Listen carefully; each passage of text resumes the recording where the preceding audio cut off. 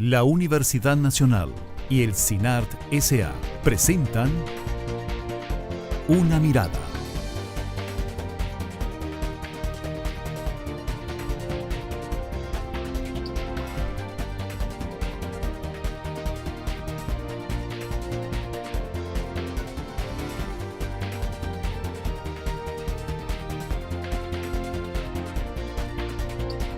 Una Mirada.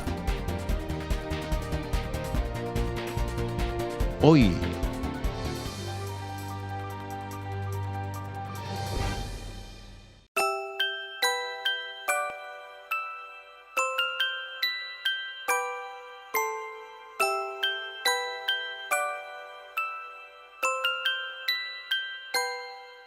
Bueno, hablando de paridad, yo creo que en este país todavía falta mucho por hacer relacionado a la paridad.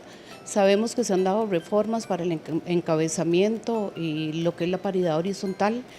Lo que pasa es que no se han aplicado y siento que desde los partidos políticos se debería implementar eso en forma correcta. Sin embargo, esto se logra hasta el 2009 con las reformas al Código Electoral que definen el principio de paridad como el derecho que tiene tanto mujeres como hombres a participar en un 50% cada quien en los puestos de elección popular. Ahí también se inscribe el mecanismo de alternancia, que significa que si uno de los sexos es encabezado, por ejemplo, por una mujer, le sigue un hombre, o si es encabezado por un hombre, le sigue una mujer. Yo creo que el país avanzó, digamos, de manera muy importante al pasar de ese régimen de cuota al régimen de paridad, a pesar de que el resultado en este momento en la nómina, ¿verdad? El resultado en los cargos de elección popular para diputadas no ha dado en esta primera aplicación del régimen de paridad para diputadas los resultados que esperábamos pues todas las mujeres y todos los hombres. Es una labor que aunque uno la logre, digamos en mi caso que encabecé San José, todavía vienen retos más grandes, que es que verdaderamente entiendan los compañeros del partido, hombres, de que las mujeres tenemos capacidad y no simplemente somos material de relleno. Cuesta muchísimo que ellos todavía acepten que uno tiene opinión, que tiene planteamientos y que por supuesto tiene posturas. No solamente se trata, digamos, de cumplir el tema de hombre-mujer, es un tema todavía de que ya en la discusión temática acepten las opiniones de las mujeres. Ni qué decir que además se dan oposiciones de manera militante, de manera muy organizada por parte de compañeros que se resisten. Se resisten denodadamente a ceder los puestos que ellos consideran les corresponden porque tienen más experiencia, porque son los que han estado en la vida política. Entonces, cuando tienen que ceder el puesto frente a una mujer, porque así lo rezan los estatutos, pues las resistencias no son menores. Somos el 51% de la población y curiosamente, si usted hace un estudio, se da cuenta que quienes más participamos en política somos las mujeres. Pero cuando ya cuando tenemos la posibilidad, que son muy pocas las veces que nos dan la posibilidad de poder accesar a un puesto, las mujeres tenemos una serie de problemas. Y el primero son los recursos económicos. Hola, ¿qué tal? Bienvenidos a una edición más de Una Mirada, el programa de la Universidad Nacional y el CINART S.A. Mi nombre es Maribel Quiroz Jara y en esta oportunidad vamos a hablar del tema de la mujer y su participación en la política. Sobre todo queremos hablar de este tema en el marco de la primera ronda de las elecciones presidenciales que concluyeron en febrero y a la espera pues de que concluya este proceso electoral. Para hablar de este tema, nos acompaña en esta oportunidad el señor Guillermo Acuña González, quien es el director del Instituto de Estudios Sociales en Población de la UNA. Ha sido colaborador de Una Mirada. Bienvenido una vez más. gracias Maribel, amigas de la mesa, buenas noches, gracias por estar acá y por la invitación de nuevo a estar en este espacio universitario de generación de opinión. Es un tema, por demás está decir, actual, vigente, con grandes desafíos, me parece, ¿no? Y esta noche vamos a conversar sobre eso. También nos acompaña Ana María Hernández Barrantes, quien es investigadora del Instituto de Estudios Sociales en Población de la UNA, quien recientemente dio a conocer un estudio sobre este tema de mujer y política. Bienvenida. Muchísimas gracias. Realmente Es una oportunidad importante, académica, para compartir las reflexiones y los estudios que alrededor del tema hemos hecho. Gracias. También está con nosotros Ana Lorena Camacho de la O, quien es subdirectora e investigadora de la Escuela de Sociología de la Universidad Nacional. Gracias por estar con nosotros. Gracias por la invitación, buenas noches. Bueno, yo creo que es muy importante este tema que vamos a tratar hoy porque fue uno de los temas relegados en la campaña, ¿verdad? Que fue el tema de la paridad, o más bien el no cumplimiento de la paridad. Entonces creo que es una buena ocasión para abordarlo. Y nuestra invitada de lujo de la noche, la señora Ana Elena Chacón Echeverría. Muchas gracias, muy buenas noches. Creo que esta es la primera mesa de análisis que tenemos después del 2 de febrero para saber qué pasó con la reforma al Código Electoral que precisamente se da en el año 2009 y que pensábamos en algún momento que iba a tener un mayor resultado de participación femenina y ahora vamos a discutir que no y por qué. Exactamente, el tema en realidad es de esos que uno siempre tiene que estar discutiendo hasta que haya una resolución justa. Y en esta materia, pues los números de la reciente elección nos demuestran que no se ha alcanzado esa igualdad y esa paridad en materia de la elección de las mujeres en los diferentes puestos de representación. Pero antes de hablar de ese tema, quisiera que veamos lo que Jensi Herrera, coordinadora del área de Ciudadana Activa, Liderazgo y Gestión Local del Instituto Nacional de las Mujeres, considera que es el término paridad, porque vamos a hablar de ello a lo largo del programa y es importante que lo entendamos desde ya. Y que ella nos va a detallar cómo esto tiene que ver con las luchas de las mujeres por alcanzar una igualdad y una equidad real en materia de participación política. Bueno, para iniciar no se puede definir paridad sin antes tener como una alusión al proceso sociohistórico para llegar hasta el ámbito de la paridad. Recordemos que es hasta 1949 cuando se aprueban las reformas constitucionales la aprobación del voto a las mujeres, después de una lucha histórica y sistemática de todo aquel movimiento de mujeres y sufragista que se dio a inicios del siglo pasado. En ese sentido, a partir de la aprobación del derecho al voto, no significó grandes avances en torno a la participación política de las mujeres. Por ejemplo, en la Asamblea Legislativa no se pasaba de un 9, 11%. Es hasta 1984 que se dan toda la discusión a nivel internacional en torno a una convención que es un hito histórico para las mujeres en el mundo, que es la Convención para la Eliminación de todas las formas contra la discriminación contra las mujeres. Costa Rica la aprueba en 1984. A partir de ahí se habla de acciones afirmativas que impulsen la participación política de las mujeres. A partir de los 90 se da todo el tema de la lucha por la cuota femenina. En ese sentido, la cuota vino a dar un gran impulso, pero aún así no fue suficiente. Incluso en la ley, en el proyecto de ley de igualdad real de la mujer, ya se hablaba de 50-50% de participación, tanto de hombres como de mujeres. Sin embargo, esto se logra hasta el 2009 con las reformas al Código Electoral que definen el principio de paridad, como el derecho que tiene tanto mujeres como hombres a participar en un 50% cada quien en los puestos de elección popular. Ahí también se inscribe el mecanismo de alternancia, que significa que si uno de los sexos es encabezado, por ejemplo, por una mujer, le sigue un hombre, o si es encabezado por un hombre, le sigue una mujer.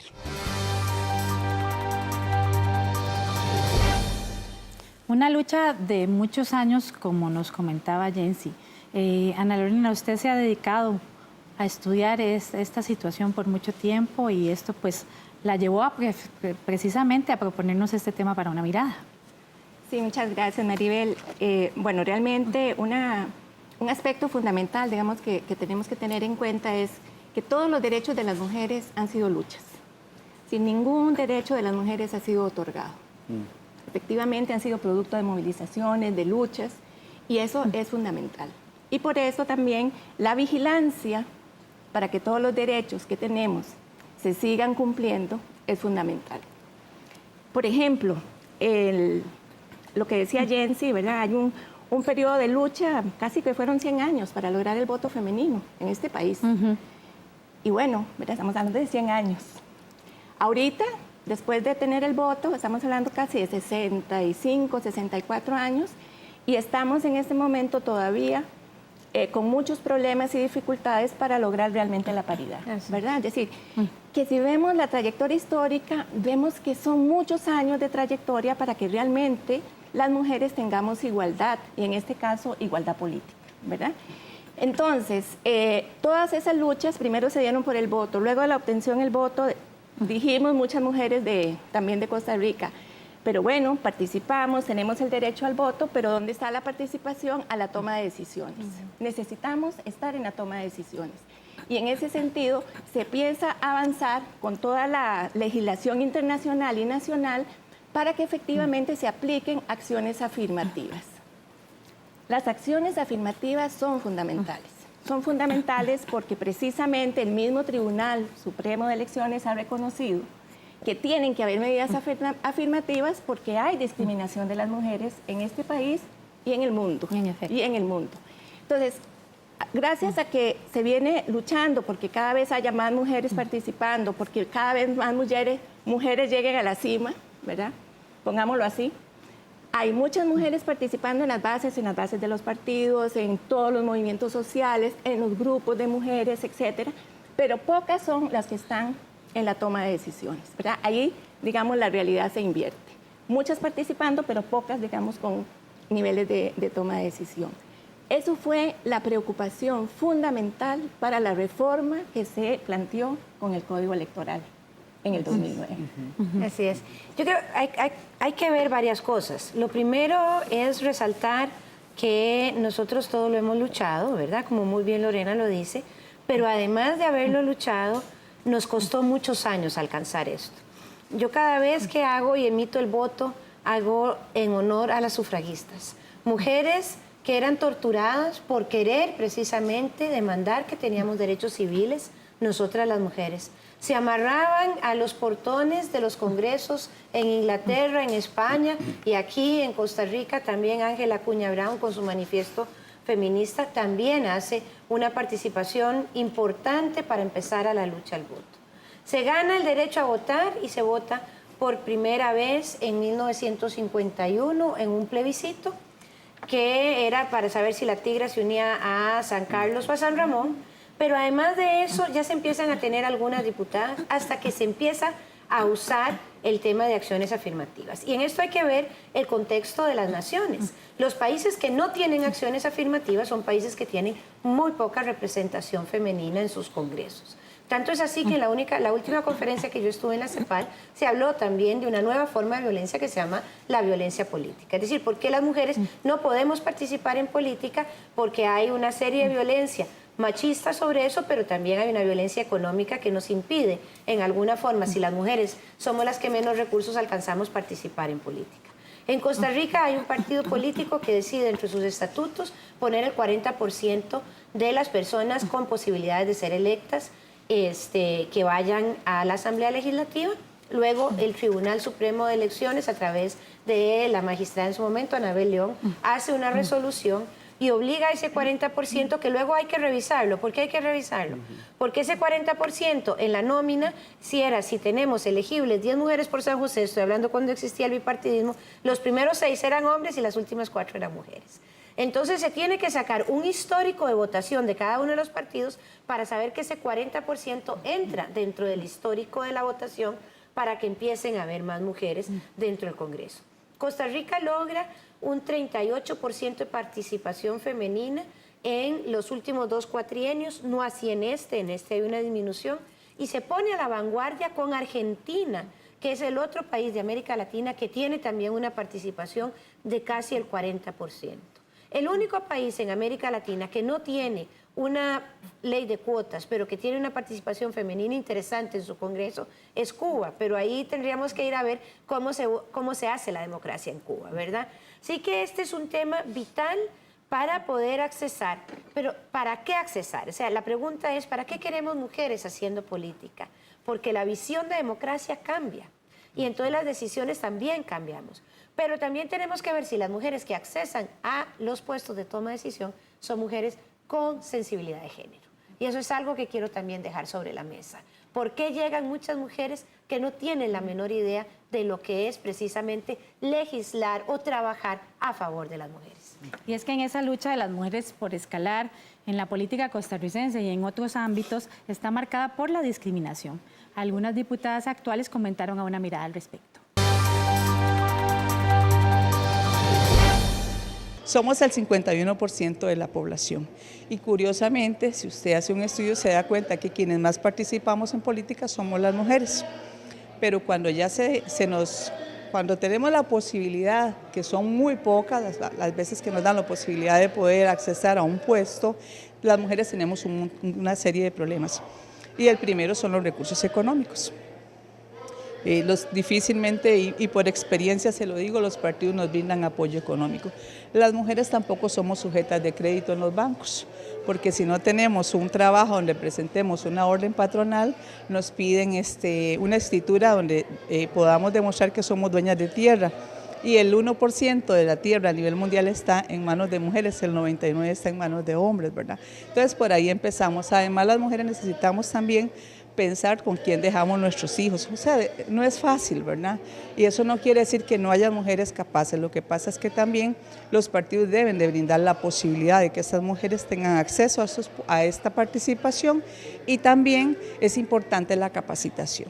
Es una labor que aunque uno la logre, digamos en mi caso que encabecé San José, todavía vienen retos más grandes, que es que verdaderamente entiendan los compañeros del partido, hombres, de que las mujeres tenemos capacidad y no simplemente somos material de relleno. Cuesta muchísimo que ellos todavía acepten que uno tiene opinión, que tiene planteamientos y que por supuesto tiene posturas. No solamente se trata, digamos, de cumplir el tema de hombre-mujer, es un tema todavía de que ya en la discusión temática acepten las opiniones de las mujeres. Creo que sí, que hay una de cal y una de arena en esto. Dichosamente el Partido Acción Ciudadana desde su fundación planteó el tema de la paridad o del acceso a puestos de elección popular en condiciones paritarias, lo que definitivamente ya por defecto ha provocado o facilitado el que muchas mujeres nos incorporemos a las actividades políticas en distintos niveles en el Partido Acción Ciudadana. Sin embargo, esto no quita, ¿verdad?, las dificultades que nosotras las mujeres tenemos en general para acceder a la participación política, al empleo, o sea, y a otro tipo de actividades. En el tanto tenemos que combinar nuestras actividades externas con las de la casa también, sin que decir de que ni que decir que además se dan oposiciones de manera militante, de manera muy organizada por parte de compañeros que se resisten, denodadamente a ceder los puestos que ellos consideran les corresponden porque tienen más experiencia, porque son los que han estado en la vida política. Entonces, cuando tienen que ceder el puesto frente a una mujer, porque así lo rezan los estatutos, pues las resistencias no son menores. Como vemos, es mucho lo que se ha avanzado, pero es bastante lo que todavía queda por avanzar en materia de equidad, sobre todo en el tema de la participación igualitaria en materia política, en un país donde las mujeres somos el 50% de la población y el 50% del electorado. Muchos son los retos y de eso vamos a hablar en el siguiente bloque. Quédese con Una Mirada, que ya volvemos.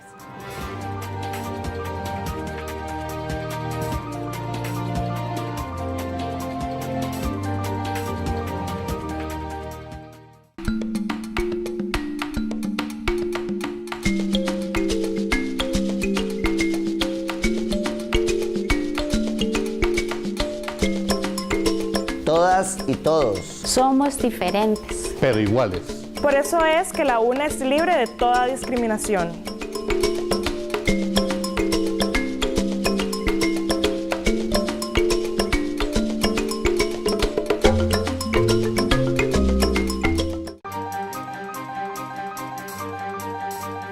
Regresa usted a Una Mirada, el programa de la Universidad Nacional y el CINAR S.A., hoy con el tema de la participación de la mujer en la política. Y fue precisamente por el resultado del proceso electoral 2014 que decidimos hacer este programa para una vez más hacer un llamado de atención sobre el tema de la desigualdad que persiste en este ámbito del quehacer nacional.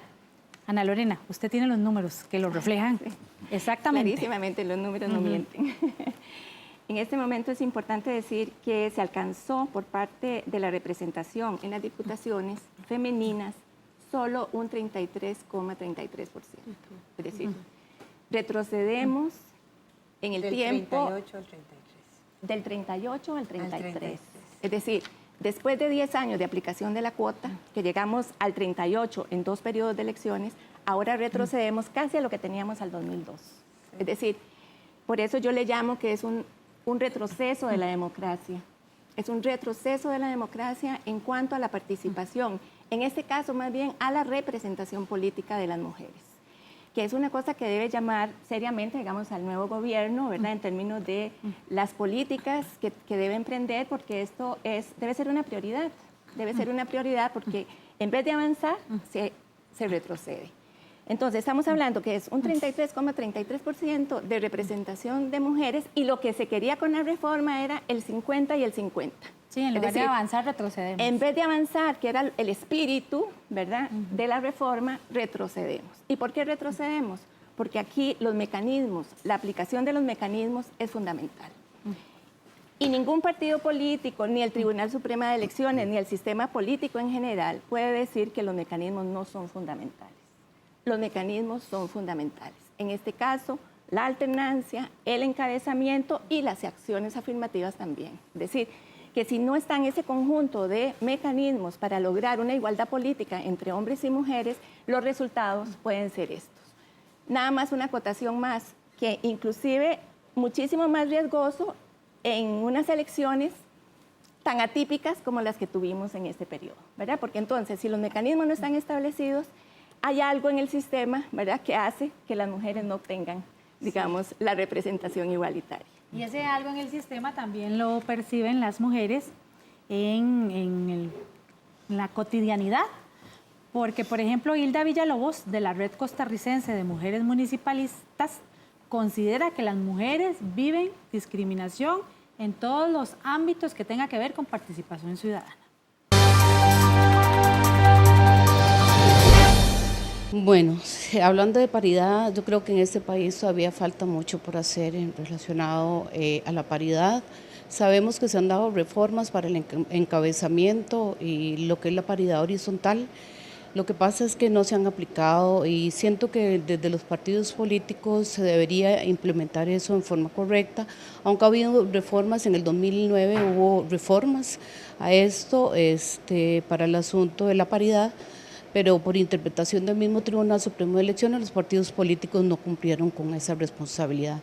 Entonces, en lugar de ir en adelanto, siento que vamos en retroceso lo que es las posiciones de la mujer, tanto para encabezar papeletas como para ocupar puestos públicos. Todavía falta mucho camino por recorrer a nivel de la Red Costarricense de Mujeres Municipalistas. Hemos recogido la vivencia de las mujeres en los diferentes gobiernos locales, donde la manifestación es que sufren agresión, que sufren discriminación. No es lo mismo darle la palabra a un hombre o a una mujer. En muchas ocasiones se ha dicho, usted no tiene la capacidad. Entonces esa es la lucha diaria, porque nosotros como red hicimos un FODA en todas las provincias, nosotros tenemos 7 filiales y se ha recogido eso en un proceso de investigación, pero la lucha sí es muy dura. En esto la mujer tiene que ser muy persistente, muy constante, y yo en este momento como presidenta no me siento tan orgullosa porque vimos un retroceso. Ahorita la nueva Asamblea Legislativa está conformada únicamente por 18 diputadas, teníamos 22.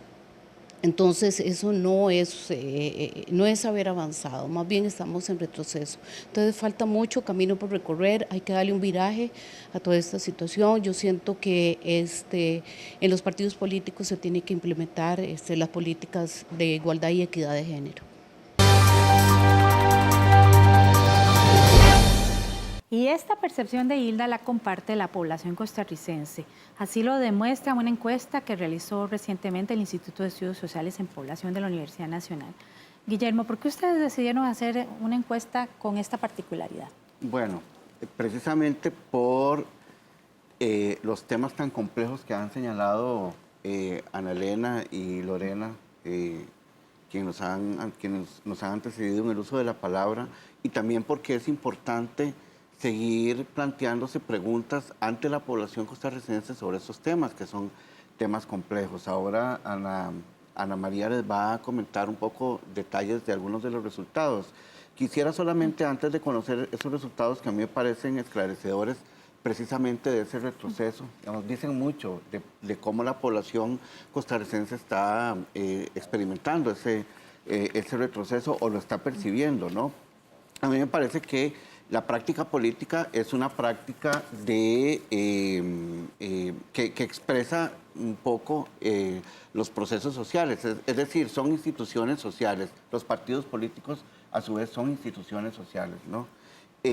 Esto lo digo porque en una sociedad como la costarricense, que aunque ya Ana Elena y Lorena lo han planteado, hay luchas que se han dado, se siguen experimentando bloqueos a nivel institucional, pero no se avanza en ese sentido, ¿verdad? No se avanza en ese sentido y hay algunos elementos que nos llaman la atención en cuanto a ese tema.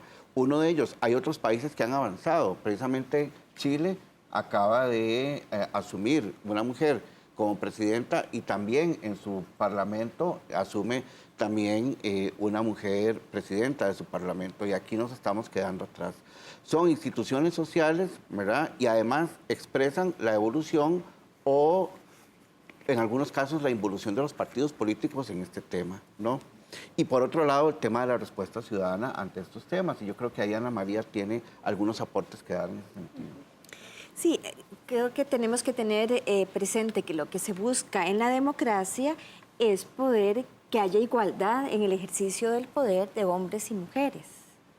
Y el hecho de que se planteen las posibilidades de la paridad es reconocer que hay una estructura patriarcal todavía vigente que obstaculiza esas posibilidades. Además de que el hecho, ninguna mujer, ninguna persona por cuenta propia puede llegar tan fácilmente cuando toda la estructura ha estado en manos de los hombres. Ante esto, hicimos dos preguntas a la población. Una de ellas es si la ley debería obligar a que los puestos políticos sean ocupados por mitad mujeres y mitad hombres. Y en ese sentido, un 65% señala que es importante que la ley obligue, porque se reconoce que en realidad no hay las mismas posibilidades en ese sentido. El mismo porcentaje de respuesta afirmativa, cuando la población contesta, cuando le preguntamos si poner porcentajes obligatorios de participación de mujeres y hombres es la medida que favorece la equidad en la política. Y hay un reconocimiento por una mayoría de la población de que esto es necesario, ¿verdad? Porque se reconoce que hay una estructura patriarcal que aun cuando ha habido un avance y de nada a un 33%, hay gente que cree, bueno, no, ya se ha logrado algo, pero también se reconoce que no se tienen las mismas condiciones para poder incorporarse.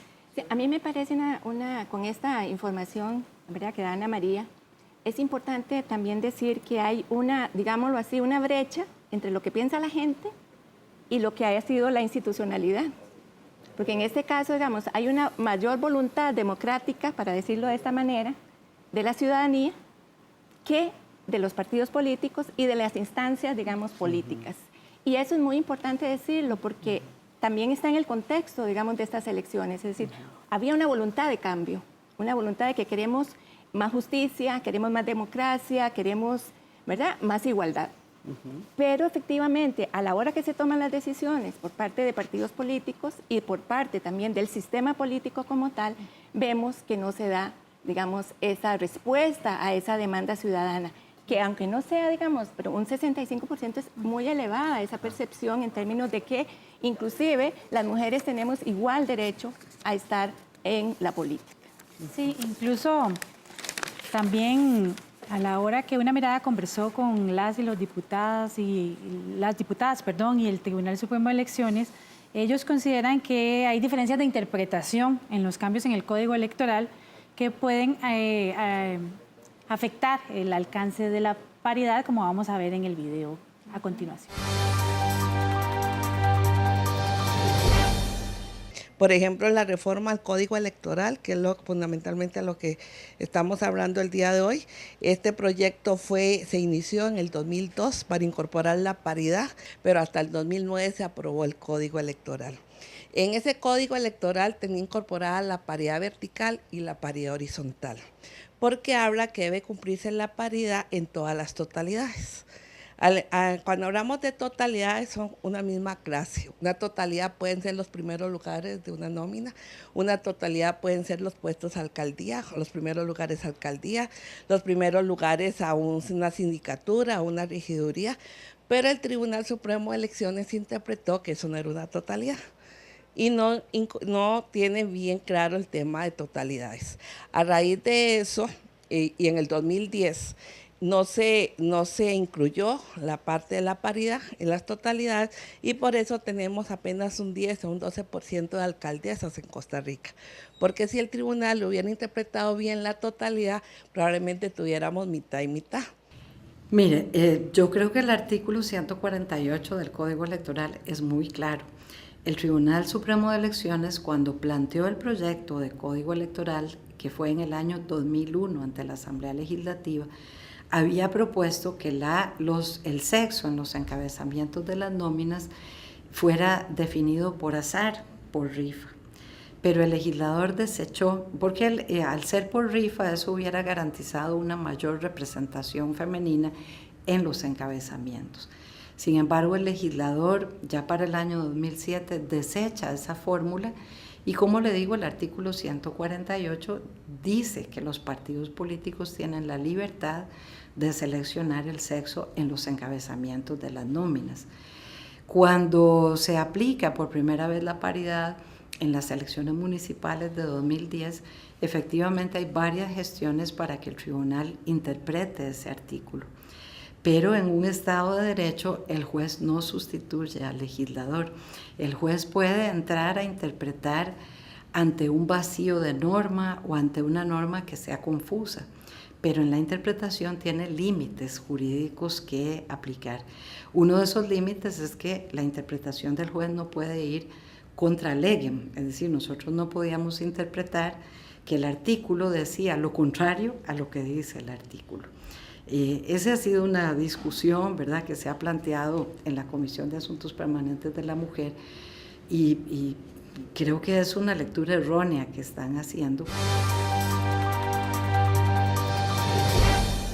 ¿Habrá diferencias de interpretación o falta de voluntad política? Yo creo que mucho va en la falta de voluntad política, porque como les comentaba yo al inicio del programa, el 40% se empezó a aplicar sin que el tribunal lo hiciera obligatorio.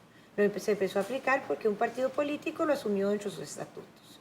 Y luego se da en el Tribunal Supremo de Elecciones y empieza un proceso ya de mayor obligatoriedad. De llegar el Partido de Acción Ciudadana, nosotros a ser gobierno, nosotros haríamos un gabinete paritario. Y eso no significa nada más que la decisión de nuestro candidato en este momento de tener igual representación dentro de su gabinete de hombres y mujeres. Además, también hubo un encabezamiento por parte del Partido de Acción Ciudadana de 3 provincias encabezadas por mujeres, no así, por ejemplo, en otros partidos políticos. Por lo tanto, también hay un tema de voluntad política para decir vamos a tener una mayor representatividad de mujeres en todos estos puestos de toma de decisión. En ese sentido es muy interesante porque entre las preguntas que hicimos fue que si los partidos políticos favorecen la participación de las mujeres en la política. Y un 54% señala que no, que los partidos políticos más bien lo que hacen es reproducir lo que vive la sociedad. Los partidos políticos son patriarcales, donde hay toda una visión jerárquica, donde se manifiesta también la división sexual del trabajo, donde las mujeres hacen un trabajo secundario y las relaciones de poder no son equitativas. Entonces, la población también reconoce que los partidos políticos no tienen esa voluntad política que señalaba Ana Elena. Ana María, sí, en general, no, yo estoy señalando un caso particular, ¿verdad? Claro. Pero en general, la generalidad no se da así. Por eso es el resultado que tenemos de haber bajado 3 puntos, 4 puntos porcentuales de representación en el Congreso. Es muy interesante porque eso hay que inscribirlo en un contexto mucho mayor. Recordemos que la sociedad costarricense, la población en general, viene haciendo demandas muy fuertes a las instituciones políticas y sociales en los últimos años, ¿verdad? O sea, viene demandando mayor claridad, mayor cercanía, mayor apertura, ¿verdad? Y los partidos políticos, como lo dije en mi participación anterior, expresan, digamos, ese proceso de construcción de la institucionalidad social y la institucionalidad política en este caso, ¿no? Y eso se refleja en este dato que ha dicho Ana María anteriormente, ¿no? Existe en un poquito más de la mitad de la población consultada en este estudio una idea o una percepción de que los partidos políticos en general no están favoreciendo esos procesos de incorporación y de práctica política al interior de los partidos. Aquí la pregunta que habría que hacerse es si los partidos políticos como estructuras que reflejan a la sociedad en general están haciendo una adecuada lectura de esos procesos que a nivel macro se están reflejando. Y es que es precisamente por ahí era donde quería que Ana María nos explicara esto, porque eso que usted dice deberían reflejar, pero según la encuesta la gente ve de manera muy positiva la participación de las mujeres en la política y además están conscientes de cuáles son las trabas que se deben eliminar para ello, ¿no es así? Sí, claro. Por ejemplo, casi un 83% sostiene que la participación de las mujeres beneficia al país. Y van señalando en qué aspectos es que las beneficia. Dice que la política hecha por mujeres es diferente, que se promueve la democracia, que muchas veces las mujeres tienen mayor conciencia de las necesidades de la población y que en este sentido piensan diferente a los hombres. Entonces, hay una visión en general que favorece la participación de las mujeres por parte de la población. Sí, es decir, yo creo que, es un derecho de las mujeres estar en la política. Es un derecho de igualdad, es un derecho democrático, ¿verdad? Porque es interesante ver que a veces las argumentaciones son la falta de capacidad, la falta de experiencia, ¿verdad? Que no tiene tiempo. No, es decir, efectivamente la razón de fondo es una discriminación hacia las mujeres, lo que evidencia precisamente que hay un déficit democrático, no solamente en el país, sino en los partidos políticos, ¿verdad? Y que en eso es también interesante que hay unos que han avanzado más, eso también es cierto y lo señalan los resultados, en los mecanismos, ¿verdad? No en el conjunto de acciones que se deberían tomar para una mayor igualdad política y mayor igualdad y equidad de género. Pero en los estudios, varios estudios que se han hecho que comparten esta respuesta que nos comparte Ana María, se ha notado que los partidos políticos tienen un déficit democrático muy serio. Es decir, que sí hay una gran demanda también de la ciudadanía a que se democraticen los partidos políticos. Exacto. Y se democraticen no solamente en términos generales, ¿verdad?, de mayor justicia, de una representación de mayor equidad, etcétera, sino que también en la perspectiva, digamos, de la equidad y la igualdad de género. Y eso es un gran desafío, efectivamente, ¿verdad? La democratización mayor, no solamente de los partidos políticos, pero es que los partidos políticos son fundamentales en un sistema como el que tenemos. Así es. La democracia solo se sustenta y se fortalece en una mayor democracia, y eso quiere decir en una mayor representatividad de lo que somos como sociedad. Yo el año pasado estuve, y quiero poner este ejemplo, en Túnez. Túnez, después de su golpe de Estado, estaba en un proceso constituyente y me piden que vaya a hacer un trabajo con los 23 partidos políticos de oposición que irían a las elecciones después del proceso constituyente. La mayoría de ellos muy fundamentalistas islámicos, pero no se les ocurría ir a un proceso democrático después del golpe sin participación de las mujeres. Es decir, mi trabajo ahí fue con estos 23 partidos políticos y mayoritariamente con las mujeres que estaban ahí, cómo montar una agenda de género y cómo hacer que participaran más a pesar, digamos, de que usan sus velos, algunas hasta su misma burka, o sea, cosas que son simbólicamente de una mujer muy disminuida. Ni siquiera un país como estos se puede plantear ir a hacer democracia sin la participación de las mujeres, ya en este mundo. Pero eso nos ha costado siglos de luchas y siglos de estar nosotros precisamente en la palestra. Costa Rica es la democracia más madura de toda América Latina y la más vieja. Entonces, digamos, a mí me parece un poco rezagado que estemos en una Costa Rica. Está bien que en Túnez, por poner el ejemplo que conocí bien y donde trabajé, se estén preguntando esto, pero en Costa Rica, una democracia tan antigua y supuestamente tan madura, ¿cómo es posible que todavía nos cueste tanto llegar? Y esa es una pregunta importante y tal vez Ana María me pueda ayudar aquí a vislumbrar también qué se espera de nosotros en la política. El día que estuve con vos en una mesa redonda, lo estuvimos viendo y eso me pareció fundamental.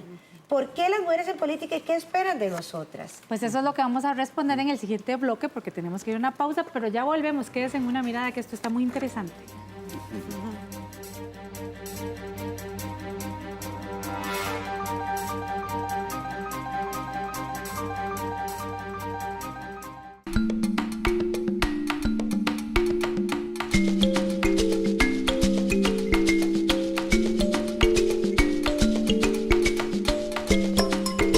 Todas y todos somos diferentes, pero iguales. Por eso es que la UNA es libre de toda discriminación.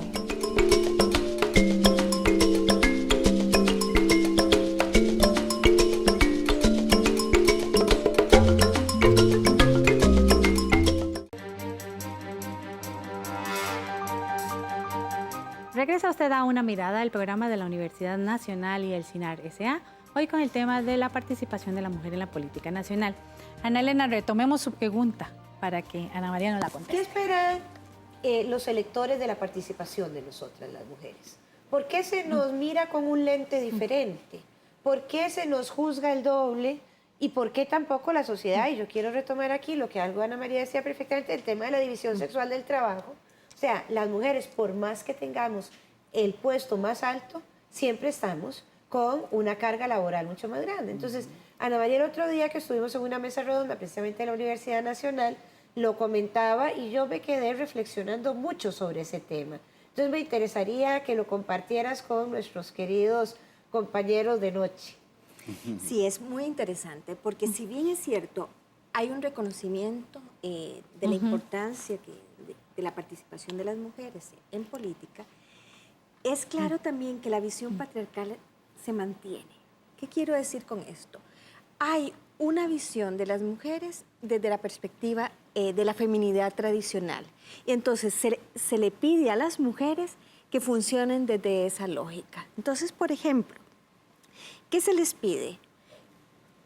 Que sean como cuidadoras, protectoras, que sean, he dicho en otro momento, como la mamá de una casa grande, que es el país. ¿Verdad? Sí, maternales. Y muy interesante, sentimos que la gente hace una ecuación. La política tradicionalmente se ha visto como sucia, ¿verdad? Como corrupta. Entonces, las mujeres, en esta lógica patriarcal, entendidas como esencialmente buenas, son las que van a venir y van a transformar todo esto, ¿verdad? Y transformarlo de la noche a la mañana, que es lo peor. Entonces, en este sentido, bueno, la carta al niño es enorme, ¿verdad? De lo que se le pide a las mujeres. Pero entonces también, al ser una gran exigencia, al tener tantas expectativas, el cobro también es mucho mayor, ¿verdad? Hay una sobreexigencia, pero entonces también una factura más grande. Más fácilmente la gente se siente defraudada y rechaza o valora, le da una mala calificación a procesos que las mujeres lideran porque están esperando que haya el cambio total desde la visión tradicional de la política. Se nos juzga más duro.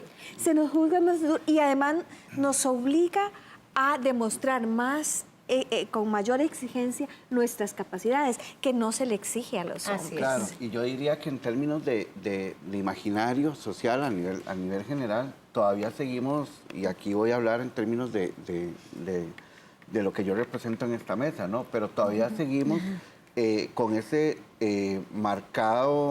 con esa marcada diferencia entre lo público y lo privado. Es decir, digamos, seguimos dejando hacia lo privado, hacia el mundo de lo privado, puertas adentro, una serie de roles y estereotipos marcadamente femeninos. Y lo público es aquello a lo que el hombre, digamos, se puede digamos, dedicar con toda naturalidad, como ser presidente de un país, ¿verdad? Ser director de un instituto, ¿verdad? O ser director de cualquier institución pública de ese país. Yo voy a contar una anécdota muy corta sobre este tema que recién pasa, estamos analizando el 2 de febrero. Nosotros fuimos 13 partidos políticos a la primera ronda, de los cuales los 13, por una jurisprudencia del Tribunal Supremo de Elecciones, tuvieron que llevar una mujer en la fórmula presidencial y un hombre. Es decir, esto no lo hace doña Laura Chinchilla, que es la última presidenta electa, porque el código del 2009 no lo decía, sino que es por un recurso de amparo que se pone en las elecciones municipales que exijan que vaya un hombre y una mujer de vicepresidente y vicepresidenta. Mayoritariamente, con la excepción creo que un partido, todas éramos segundas vicepresidentas, pero además yo debo haber ido a unos 20 debates, si no fue que más, con las compañeras en ese momento. Lo que me sirvió para generar una relación de una linda amistad con la mayoría de ellas y otra forma de interrelacionarnos entre quienes estábamos en la contienda de vicepresidentas. Yo no supe que don Helio Falla, que es mi compañero de fórmula, lo hubieran invitado a debatir con sus compañeros vicepresidentes, sino que él iba a muchos debates en representación del candidato, en sus temas económicos y demás. O sea, es nada más para poner un ejemplo claro de algo que vivimos ayer, de cómo nos testean a las mujeres, cómo nos prueban. Es más, en un debate nos pidieron una tesis prácticamente, la cual nos negamos a escribir porque hicimos una alianza entre todas y dijimos, ¿pero qué es eso? Que se la pidan a los hombres también. Claro. Sí, bueno, yo estoy de acuerdo que efectivamente eso se da todavía, ¿verdad? Es como pensar que el ejercicio de las mujeres va a ser como la gran mamá, como decía Ana María. Sí.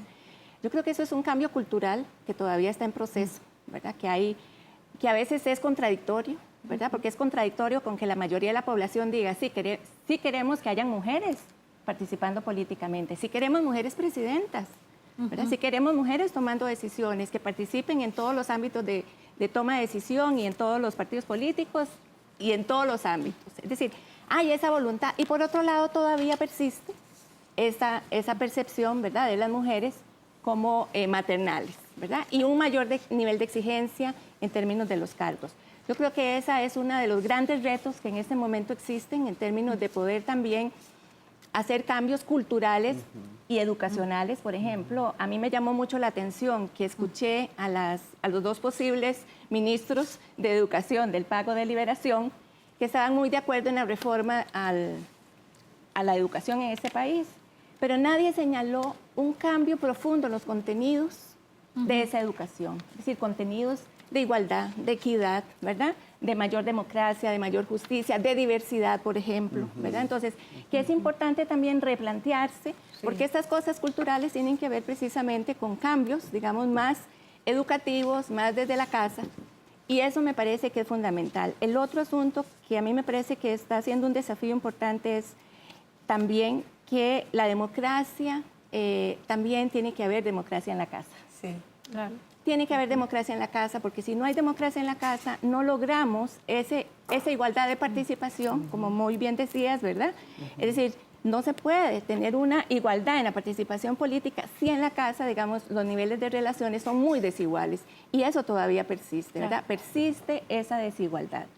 La otro aspecto que a mí me parece importante también es que en esto de qué se les pide a las mujeres en la representación política, se nos dice, tienen que legislar para toda la población y para las mujeres y para los derechos de las mujeres. Eso no se les pide igual a los hombres. No. Entonces, la demanda de democracia y de una calidad de la representación democrática tiene que ser igual para hombres y para mujeres.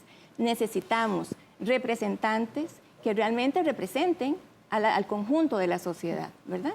Y en ese sentido no hay diferencia en la demanda por una calidad de la representación. En este punto no puedo dejar de hacer la pregunta del millón, Ana María, y usted la sabe, porque usted la preguntó en la encuesta. ¿Considera la población costarricense posible que Costa Rica vuelva a tener una mujer presidenta? Yo creo que aquí está muy claro en la respuesta a esta pregunta esto que señalaba Lorena. O sea, la población sigue manteniendo una tensión entre la apertura y los patrones patriarcales, ¿verdad? Y en esta última encuesta, un porcentaje alto señala que no, ¿verdad? Que no es posible pronto, no como han dicho algunos medios, que nunca, sí. ¿Verdad? ¿No? Que sí hay, y porque yo creo que se cobra esto que señalábamos anteriormente. Y hasta la pregunta ofende, porque cuando ha habido malos gobiernos de hombres no han hecho esa pregunta. Claro, que la pregunta va en un asunto de análisis, no porque lo dudemos, ¿verdad? Sino que va en la línea de un estudio en este sentido de la reacción. Claro. Y entonces, pero yo creo que aquí lo importante es que seamos conscientes de que esta pregunta no se le hace. La gente no se cuestiona si puede haber otro hombre presidente. Se da por un hecho. ¿Por qué no podemos dar por un hecho de que seguirán habiendo muchas mujeres presidentas? Claro, es importante. Igual pasaba, digamos, en la Asamblea Legislativa, porque para hacer un insulto de una mujer dicen, señora, en lugar de señora, pues le ponen algunos, sino más tonta o babosa.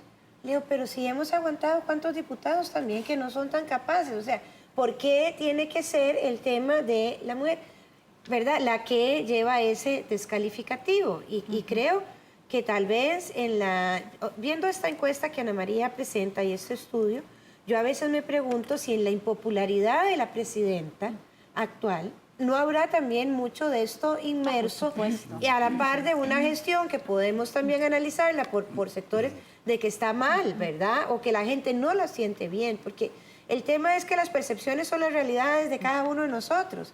Entonces ahí me parece que la han visto con un doble filtro, como todas las mujeres, y uno esperaría quizás una mujer, no sé, yo es que, digamos, mi presidenta favorita es Michelle Bachelet, ¿verdad? Es una mujer que sin renunciar a muchas cosas, ni siquiera a su misma feminidad, se ha atrevido también a sacar temas de mujeres muy importantes en otras materias, y igual como habla del tema de transporte público, habla sobre salud sexual y salud reproductiva, con la misma entereza y con la misma propiedad. Pero es difícil para las mujeres realmente accesar al poder hoy en día, y nos es más difícil todavía sostenerlo bajo esa mirada de doble juzgamiento que tenemos. Definitivamente. Bueno, es un tema para darle seguimiento. Esperamos más adelante que podamos volver a conversar sobre este tema. Les agradecemos mucho por la información. ¿Dónde puede encontrar la gente la encuesta? Bueno, nos pueden contactar en el Instituto de Estudios Sociales en Población, ¿verdad? www.una.ac.cr/IDESPO. Ahí nos pueden encontrar. Muy bien, esperamos que la gente la busque y la estudie. Y en las escuelas y en los colegios también. Muchísimas gracias por su participación y a ustedes por estar con nosotros una vez más. Les invitamos a buscar más información sobre este programa en www.una.ac.cr/multimedia o en nuestros perfiles de Facebook, Twitter y YouTube. Muchas gracias, lo espero la próxima semana con más. Hasta pronto.